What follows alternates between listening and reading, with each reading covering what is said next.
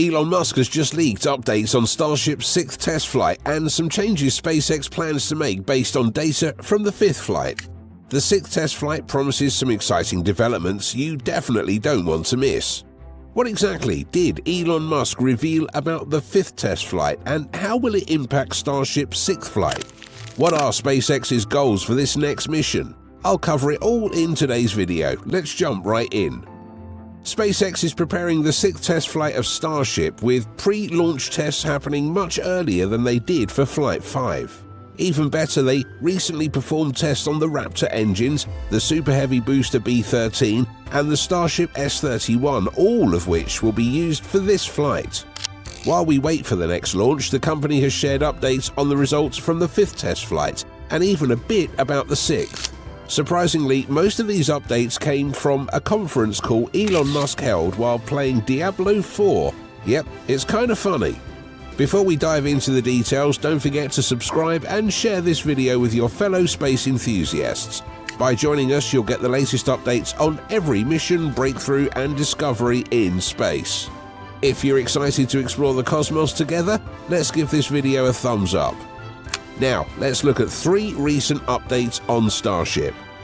Firstly, during a Diablo live stream, Elon Musk received a call from the engineering team working on the Super Heavy booster, who were in a meeting at that moment. You can hear one of the engineers discussing a misconfigured gas support and explaining how it could have caused the control room to hit the abort button. We had a misconfigured spin gas support that didn't have quite the right ramp-up time for bringing up spin pressure.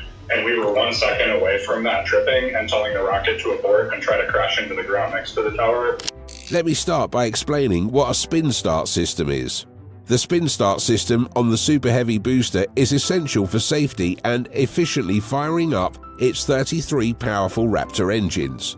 By spinning the turbines with pressurized gas before injecting fuel, this system primes the engines, ensuring they reach high speed and pressure without risking fuel-rich or oxidizer-rich ignitions. This allows Super Heavy to ignite each engine precisely on cue, whether for the powerful liftoff or for in-flight adjustments like stage separation and boost-back burns. In short, the spin start system enables a synchronized, flawless startup, essential to Super Heavy's performance both at launch and during landing. Now, you might ask, how is this connected to the misconfigured gas support system? The engineer's reference to the misconfigured gas support system actually relates to the spin start system on booster B-12. During the booster's landing phase on the 5th flight, there was reportedly a software malfunction that could have jeopardized the entire landing procedure. This issue was almost noticeable as the ship seemed to delay its boost-back burn. Though it eventually ignited, it was slightly later than the scheduled time. If this system had completely failed, or if the burn had happened even a little later, the Starship could have crashed into the Mechazilla tower, or at least landed just beside it. So SpaceX was truly lucky. If you listen carefully, you'll hear an engineer mention that they considered aborting the landing and allowing the booster to crash instead. This could have resulted in Super Heavy possibly hitting the Mechazilla tower or even coming dangerously close to the shore. Thinking about it, 1 second seems like a lot of time for the booster, but when you realize that the software system takes only milliseconds to make corrections and review its data, this 1 second could be a lot of time, at least with software speed.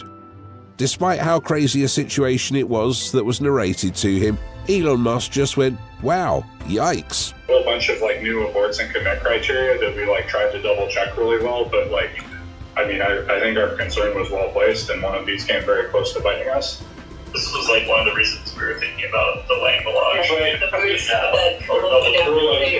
we delay 1 day, we would go check things. Some more. Not saying we would have found. I don't know if we would have found this one, but just The engineers went on to discuss the new abort procedures they had in place prior to an abort and how these could have delayed the launch by another day to ensure they could check everything and every piece of software before the duo left the launch pad. In hindsight, an extra day might have been beneficial for analyzing the systems, especially since the gas support could have been readjusted if it had been examined one last time. Now, let's move on to our second update on the flight. just before engine startup, one of the chime covers ripped off, which is something we were worried about these spot weld margins on chime skin before flight. We wouldn't have predicted the exact right place, but this cover that ripped off was right on top of a bunch of the single point failure valves that must work during the landing burn. So thankfully none of those or the harnessing got damaged, but we ripped this chime cover off over some really critical equipment right as landing burn was starting. The engineer went on to discuss a piece of one of the chimes that had ripped off the booster just as it performed the landing burn. We certainly saw this during the landing and even got a better look at the exposed chimes as the booster was rolled back to Mega Bay 1. What happened was that a chime cover which was spot welded to its frame and then bolted to the booster simply ripped off. It's clear that the spot welds are not as strong as the continuous beads that hold the booster segments together. Despite this, the booster executed a perfect burn and landing, reassuring us that the ripped-off cover didn't cause any damage. Well, as it turns out, right under that chime cover were several single-point failure valves that are very important for the landing burn. Technically, if any of these valves had been damaged during the burn, the landing would have become a nightmare for SpaceX, as it could have been extremely explosive. The engineers mentioned that they were aware the weld margins on the chimes had issues, but they couldn't pinpoint where one might fail. The space company, in addressing this chime issue and preventing a recurrence during the 6th test flight, might want to weld the covers and bolt the chimes at multiple points, or they could change the method of fastening altogether. Anyways, the call concluded with the engineers discussing the fire that raged at the booster's base even after the landing burn was completed. They added that the fire, which was caused by a methane leak, could have resulted in much more damage than what actually occurred. Indeed, if the fire had stayed a bit longer, it could have potentially scarred the booster's exposed combustion system. Finally, our last update on the Starship's 6th flight is that the event will be quite similar to the 5th test flight. The space company has kept us on our toes with details about this launch, but it now seems we have a date, November 11th, 2024. As it turns out, SpaceX is focusing more on reducing booster risks for this flight rather than expanding ship activities. In other words, their primary aim is to ensure the booster returns safely and makes a perfect landing this time, without any alignment issues, gas leaks, or chime cover removal, rather than increasing the ship's activity. There's no need to push the ship to farther orbits or make it perform any orbital stunts. They just want to ensure the booster returns properly. I think this is reasonable, considering that the catch mechanism and the booster's proper return are still in development. The Starship itself is currently performing well, though SpaceX is still working critically on its heat shield tiles. With the 6th launch, the booster will likely achieve all it's meant to accomplish, and of course without ripping off any of its parts. The space company has already obtained its launch license for the 6th flight, so there is nothing holding it back from proceeding with the launch. This will be the first time a Starship launch is not delayed by licensing constraints, but rather by the company's preparedness for the launch.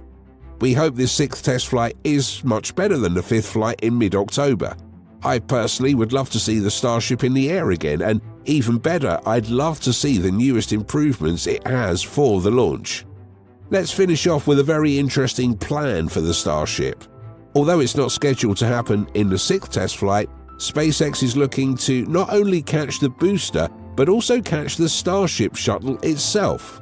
In other words, the Starship would no longer make splashdowns, but would land on a tower similar to the Mechazilla, making it slightly easier for the ship to be reused than it is currently. This would greatly reduce damage to the ship caused by the splashdown impact, and would also make multiple launches faster. Indeed, we are looking at the future. We've come to the end of this video. If you enjoyed it, hit the like button, share it with your friends, and subscribe to Space Minds for the latest updates on our space news and adventures.